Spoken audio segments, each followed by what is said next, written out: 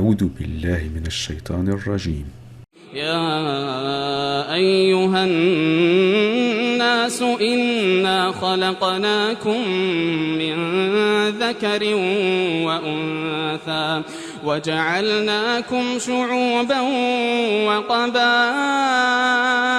لتعارفوا إن أكرمكم عند الله أتقاكم إن الله عليم خبير. Assalamu alaikum wa rahmatullahi ta'ala wa barakatuh. Dans cette vidéo, nous présenterons l'histoire du Sidi Saïd al-Gharar. Parmi ses descendants, il est connu sous le nom de Sidi Saïd. Les informations contenues dans cette vidéo sont basées sur des sources historiques ainsi que sur des histoires de ses descendants. En rassemblant et en structurant ces informations, nous sommes en mesure de raconter l'histoire complète de Sidi Saïd, également connu sous le nom d'Abu Uthman Saïd al-Masmoudi al-Figuiyi. Notre objectif est également d'informer sur les liens familiaux qui existent entre ses descendants, qui sont aujourd'hui répartis sur une grande partie du Maroc et de l'Europe. Sidi Saïd a vécu dans la seconde moitié du XVIe siècle et au début du XVIIe siècle. L'histoire de ses ancêtres commence à la Mecque il y a 1300 ans. Il nous amène à Fès au Maroc, à Figuig et enfin dans les montagnes de Bniz Nassin près de Taforelt. L'arbre généalogique de Sidi Saïd nous apprend qu'il est un descendant d'Idriss Ier, fondateur du premier État du Maroc. Idriss Ier est un descendant de Hassan ibn Ali ibn Abi Talib, radiya Allahu alayhi, et Fatima Zahra, fille du prophète Mohammed sallallahu alayhi wa sallam. Ad-Darissa.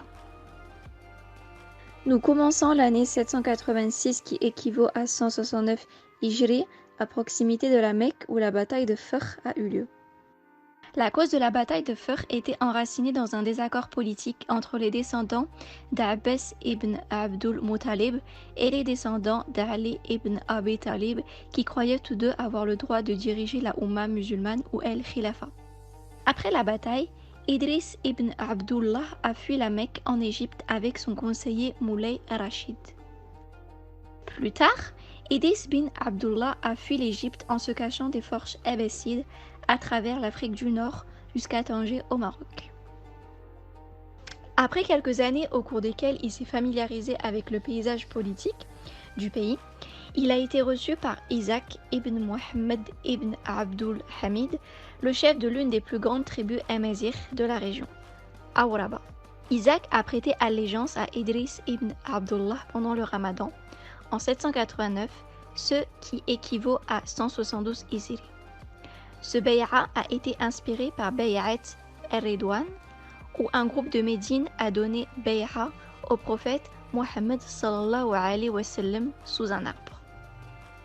Bay'a d'Idriss bin Abdullah a été tenu sous un arbre qui serait situé dans la ville d'El Gouzat, région de Taza. On dit aussi que c'est par cet arbre qu'Idriss Ier et Kenza Awrabiya se sont mariés. Kenza était la fille du leader, Isaac ibn Mohammed ibn Abdul Hamid. Idriss Ier s'installe à Oualili et fait de la ville la capitale du nouvel État. Il a commencé à construire la ville de Fès. Il avait fondé la première dynastie, la dynastie Idrisside. Au cours des 2 années suivantes, plusieurs tribus ont rejoint le nouvel État sous Idriss Ier. La zone géographique du nouvel État s'étend de l'Atlantique à Tlemcen. Cela a poussé Haroun el-Rachid, le calife abbasside, à se sentir menacé et a commencé à envisager une attaque militaire. Au lieu de cela, Yahya ibn Khalid el-Barmaki lui a conseillé d'envoyer un assassin. L'assassin a réussi à empoisonner Idriss Ier en 794, ce qui équivaut à 177 Hijri. Il a laissé Kenza enceinte de 7 mois, avec Idriss II. Au cours de notre voyage à travers l'arbre généalogique, nous sommes arrivés à Idriss II.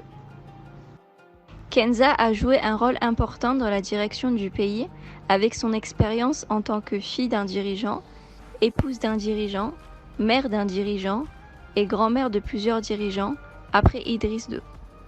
Elle s'est occupée d'Idriss II et veillait à le préparer à diriger le pays. Quand il a atteint l'âge de 11 ans, elle a persuadé les tribus de prêter allégeance et de donner el Bay'a à Idriss II. Idriss II achève la construction de Fès et mourut en 828, qui équivaut à 213 Hijri. Kenza a conseillé à son petit-fils aîné de nommer ses petits frères gouverneurs dans diverses régions du pays. Le rôle important de Kenza dans la création d'un État islamique au Maghreb est bien documenté. La fin du règne d'Ed-Derissa fut dure et sanglante pour les descendants d'Idriss Ier. Ils ont été persécutés et tués par les nouveaux dirigeants, dirigés par Moussa ibn Abi el-Afia, qui était un chef militaire brutal avec des ambitions de pouvoir. Il s'est allié avec les Fatimides en Égypte, qui ont vu la chance de prendre le contrôle d'un pays faible, le Maroc. Moussa ibn Abi el-Afia a été brutal dans sa conduite contre toute personne liée aux Idrissides.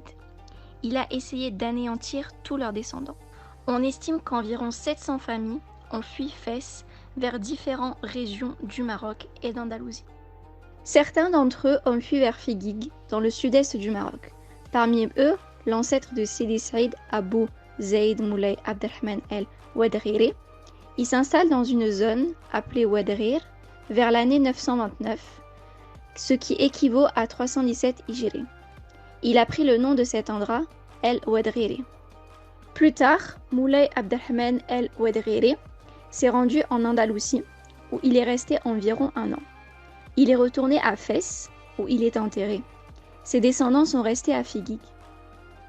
Jusqu'à présent, l'histoire nous a amenés de Médine à la Mecque en passant par Tanger, Oualili, Fès et Figuig. L'histoire nous a montré comment les ancêtres de Sidi Saïd el-Arrar ont fui la péninsule arabique vers le Maroc, où ils sont venus diriger le pays pendant environ 150 ans. Ils ont été de nouveau persécutés et dispersés dans tout le pays. On estime qu'aujourd'hui, il y a entre 35 et 40 millions de personnes descendants du prophète Mohammed sallallahu alayhi wa sallam. Cela inclut les descendants d'Ad-Darissa et d'autres descendants de Hassan et Hussein. Radiya Allahu alayhi. Abdurrahman el-Ouadriri a eu 7 fils. Parmi eux se trouve l'ancêtre de Sidi Saïd el-Arrar, Sidi Issa. Il est enterré à Bni Ounif, qui fait aujourd'hui partie de l'Algérie, proche de Figuig. Le père de Sidi Saïd, Abou Abdullah Mohammed, est le premier à s'installer à Bni Mehiou près de Taforelt au XVIe siècle. Il est venu de Figuig et est enterré aujourd'hui à Haïssi, Nkhla, près de Taforelt. Il a eu 2 fils, Abdullah, qui n'a laissé aucun enfant, et Sidi Saïd el-Musmoudi ou Sidi Saïd el-Arrar. Sidi Saïd el-Arrar est aujourd'hui enterré à Iri ou Fès, ou Iri ou Sawen, près de Messine et Taforelt, dans la partie nord-est du Maroc. Son nom exact est Abou Uthman Saïd el-Musmoudi. Le nom el-Musmoudi vient de son grand-père Abd Samad el-Figuig. Il est important de faire la distinction entre le Musmoudi en rapport avec Shir Abd Samad et Msamda, une tribu amazigh du centre du Maroc. Les deux noms ne sont pas dérivés l'un de l'autre. Notre génération de descendants de Sidi Saïd est saïdienne. Avant cela, les ancêtres étaient musmoudiennes, et avant cela, ouadguiriennes, et avant cela, idrissiennes. Avant cela, Hassani nous a amenés après Hassan ibn Ali ibn Abi Talib, radiyallahu alayhi. L'éducation de Sidi Saïd. Sidi Saïd a reçu ses connaissances et ses enregistrements islamiques du Cheikh Boutayeb bin Yahya bin Abi el-Qasim dans la ville de Missour.